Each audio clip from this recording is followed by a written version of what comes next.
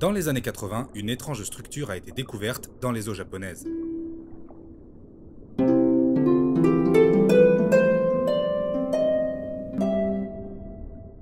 Bonjour à toutes et à tous, bienvenue dans cette vidéo qui va nous plonger dans les profondeurs de l'océan à la découverte de ce qui pourrait bien être l'Atlantide japonais. Alors préparez immédiatement vos masques et vos bonbonnes d'oxygène car nous partons dès à présent à la découverte du Yonaguni Monument, sur Tout est bon dans le Japon.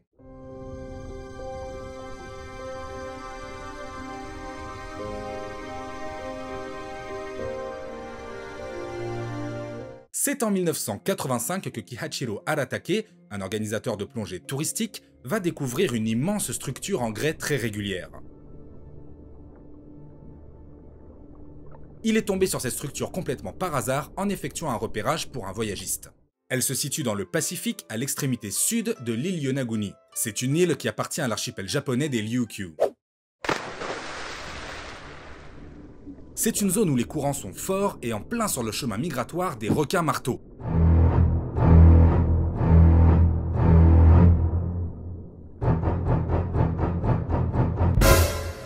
Alors moi je n'y vais pas. Non. Le Yonaguni Monument mesure 50 mètres de large, 20 mètres de long et 25 mètres de haut. Un beau bébé donc. Elle a l'aspect d'une pyramide avec des marches et des terrasses. La base est à 30 mètres de profondeur, mais le sommet lui n'est qu'à 5 mètres de profondeur. Alors oui, tu aurais pu le déduire avec un calcul très simple, mais je te mâche le travail, c'est cadeau. Bon, vous vous en doutez, mais évidemment, le monument a été étudié par la sphère scientifique. Et c'est là que ça devient très intéressant, car deux hypothèses se confrontent. Certains chercheurs pensent bien sûr que c'est l'œuvre de l'homme, tandis que d'autres pensent que c'est simplement l'œuvre de la nature. Alors, le Yonaguni Monument est-il l'Atlantide japonais, ou tout simplement un gros caillou à l'allure bien singulière?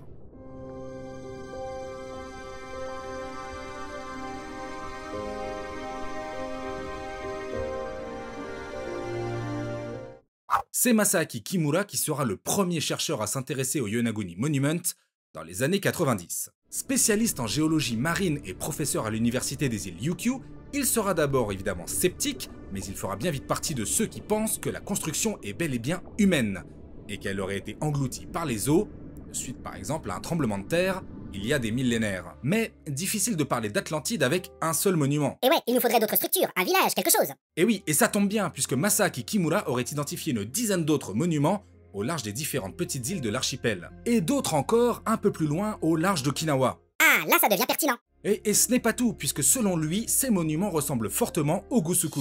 Pour faire simple, les Gusuku étaient des châteaux et des forteresses en pierre qui dateraient du XIIe siècle et qu'on retrouve un peu partout sur l'archipel des Ryukyu. Bref, autour de ce château donc s'articuleraient différents autres éléments. Comme ça, pêle-mêle, un arc de triomphe, au moins 5 temples et un stade, oui, un stade, reliés entre eux par des routes et des canaux.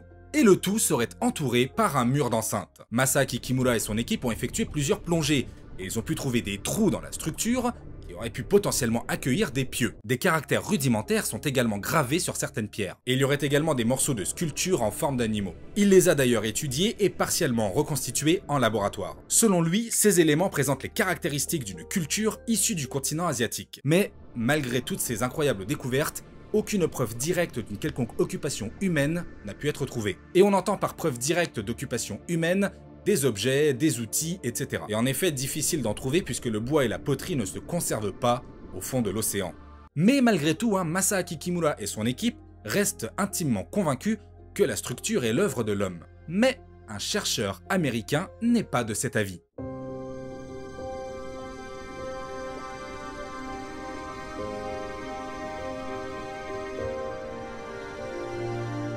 Robert Schoch, professeur en sciences naturelles à l'université de Boston, propose une toute autre approche.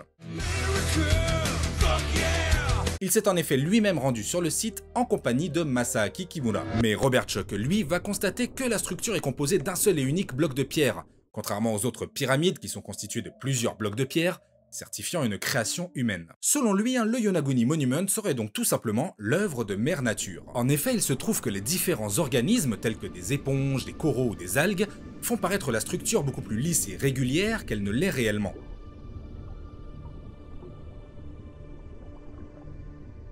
Quant aux fameux trous pour accueillir des pieux, il pense que ce serait simplement l'œuvre de dépressions naturelles et de l'érosion. Pour ce qui est des marches et des terrasses, ce serait simplement l'activité des vagues et des marées du temps où la pyramide était encore émergée. Et enfin, pour ce qui est des caractères rudimentaires et des sculptures d'animaux identifiées par Masaaki Kimura, Robert Schoch voit là simplement des griffures naturelles sur la pierre, elles aussi dues à l'érosion. En somme, Robert Schoch pense donc que le Yonaguni Monument n'est autre que le résultat de processus géologiques et géomorphologiques naturels. Et hop hop hop hop hop, restez bien avec moi, car si vous pensez qu'on en a fini avec ce monument, c'est pas du tout le cas. En effet, même si Robert Schoch n'est pas partisan de l'hypothèse de Kimura, il stipule cependant que l'affaire n'est pas close. La question de l'origine de cette structure pourrait donc ne pas avoir une seule et unique réponse.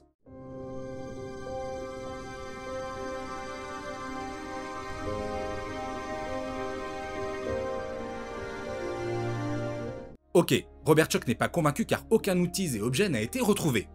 Mais ça ne veut pas dire qu'il n'en existait pas. Car en effet, comme dit précédemment, sous l'océan, la poterie et le bois ne se conservent pas.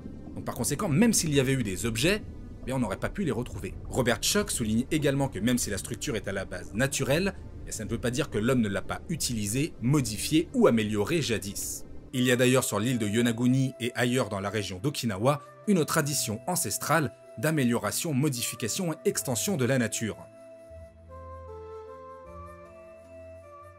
Les recherches de Robert Schoch ont d'ailleurs permis à Masaaki Kimura de revoir à la baisse son hypothèse. Ainsi, les théories de ces deux chercheurs se rejoignent en un point. Et si le Yonaguni Monument avait été terraformé?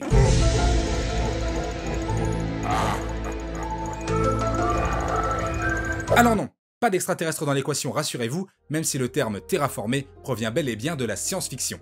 Il signifie tout simplement que les caractéristiques géologiques d'une structure ont été manipulées ou modifiées par la main de l'homme. Bon, très bien, on a un caillou terraformé. Mais par qui? Quand? Et pourquoi?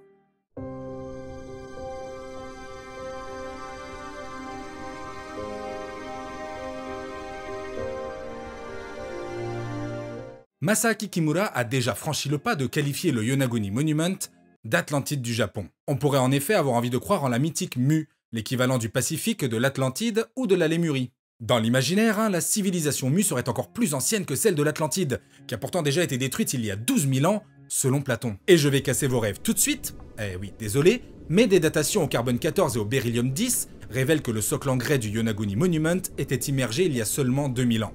Masaaki Kimura, lui, estime que la structure aurait à peu près 5000 ans. On est donc bien loin des 12 000 ans de l'Atlantide. Robert Schoch, lui, pense que le site était une carrière dans laquelle des blocs de pierre ont été taillés et enlevés. Mais la structure aurait tout aussi bien pu être retaillée pour servir de base à des monuments de pierre. Ou alors c'était un port. On sait pas trop. Quoi qu'il en soit, le Yonaguni Monument reste encore aujourd'hui un épais mystère. À moins que ce ne soit les requins marteaux qui, avec des burins et leurs petites têtes, ont taillé la structure.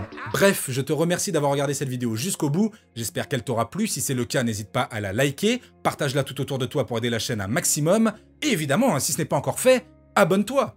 Qu'attends-tu? Et sur ce, je te dis à très bientôt pour de prochaines aventures, surtout tes bons dans le Japon. Jane!